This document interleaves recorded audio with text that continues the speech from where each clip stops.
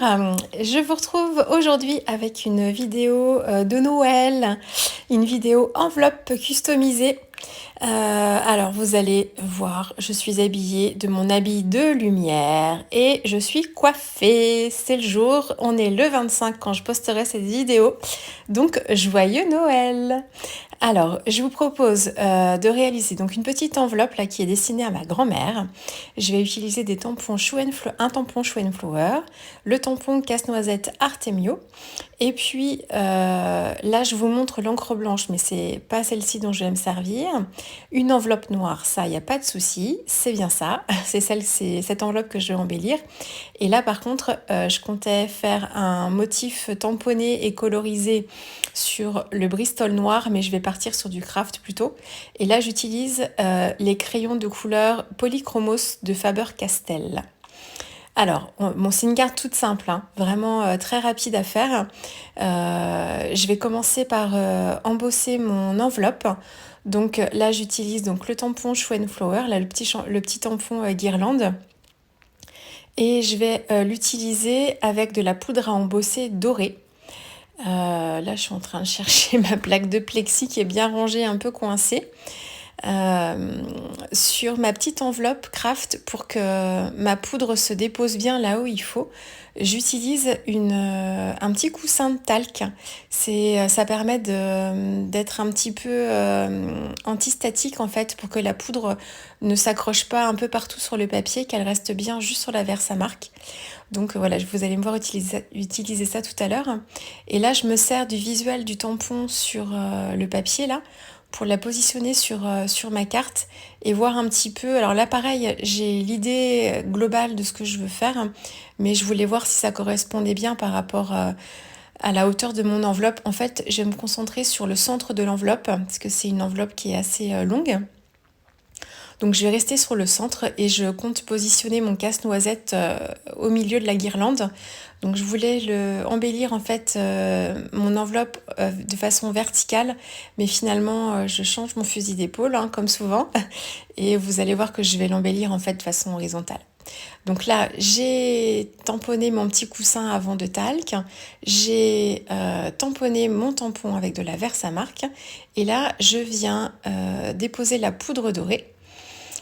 Et puis, je vais venir la chauffer avec mon heat gun.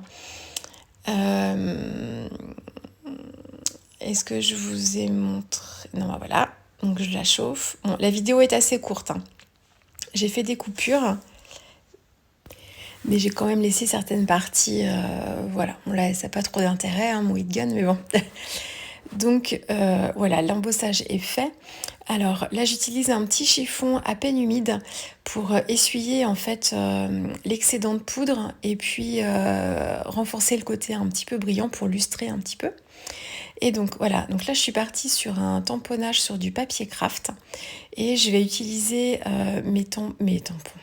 mes crayons Polychromos de Faber-Castell. Donc vous savez, je me suis acheté une boîte de Prismacolor, mais en fait comme là j'utilise énormément les rouges et les verts pour Noël, j'ai préféré me racheter les Faber-Castell à l'unité, comme les Prismacolor on peut pas les acheter à l'unité, donc là j'ai préféré me les racheter comme ça à l'unité pour pouvoir m'en servir, parce que là je les taille relativement souvent pour avoir des pointes assez fines. Et du coup, là, j'ai pu les tester, les tester pas mal. Et franchement, alors ils sont moins gras que les Prismacolor, mais ça fonctionne très très bien. Et ce qui m'intéressait, moi surtout, c'était le côté lumineux des couleurs. Et en fait, on l'a complètement. Là, vous voyez sur le craft, enfin, vous le verrez à la fin sur les photos. Mais on voit vraiment là, avec les rouges une belle lumière. Donc moi c'était ce que je recherchais. Je fais pas beaucoup les dégradés, il faudrait que je m'exerce un petit peu plus. Les dégradés, vous les voyez sur plus les... J'ai fait une enveloppe aussi customisée avec d'autres casse-noisettes. C'était les casse-noisettes de 4 en scrap. Et j'avais fait des bords en fait avec des branches de gui, et sur les feuilles vous voyez vraiment le dégradé parce que le motif est beaucoup plus gros. Là vous le voyez pas. Alors je l'ai travaillé quand même j'ai travaillé le tampon avec plusieurs couleurs de rouge, donc on voit, ça apporte du volume en fait à mon motif malgré tout, mais c'est pas aussi flagrant que sur les feuilles en fait de gui de l'enveloppe avec les casse-noisettes.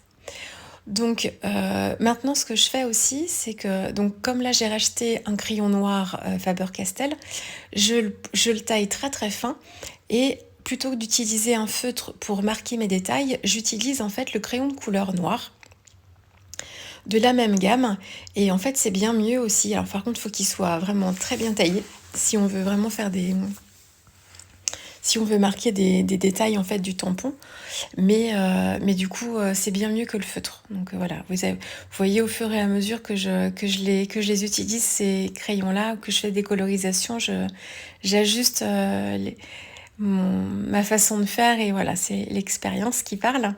Donc voilà, oh ma belle coiffe. J'ai emprunté le serre-tête de Maëlle, un petit serre-tête de lutin. Voilà, moi j'adore cette période. Me déguiser me pose aucun problème. C'est mon âme d'enfant qui ressort à cette période-là. Même toute l'année d'ailleurs, on peut le dire, hein, n'ayons pas peur. Mais j'adore ça, je trouve ça rigolo. Donc voilà, là j'ai marqué quelques détails, et puis en fait je trouvais que sur le craft ça ressortait plutôt bien. En plus, comme j'ai fait un embossage à chaud doré, en fait le contour craft rappelle un peu le côté doré aussi. Donc je trouvais vraiment que l'ensemble était assez harmonieux. Et là je m'embête pas à tamponner un motif. J'ai une feuille de papier Kaisercraft avec plein de bandes d'étiquettes sur le thème de Noël. Et là j'ai le Merry Christmas. Donc voilà, je l'ai juste collé sur une chute de craft là, pour m'en faire une petite bande d'étiquettes, et puis pour renforcer et puis la mater un petit peu pour que ça ressorte un petit peu plus sur mon motif. Et puis voilà, je le coince sous les deux petites mains du casse-noisette, de la mousse 3D pour apporter du volume, parce que vous savez, j'ai l'habitude de faire ça comme ça.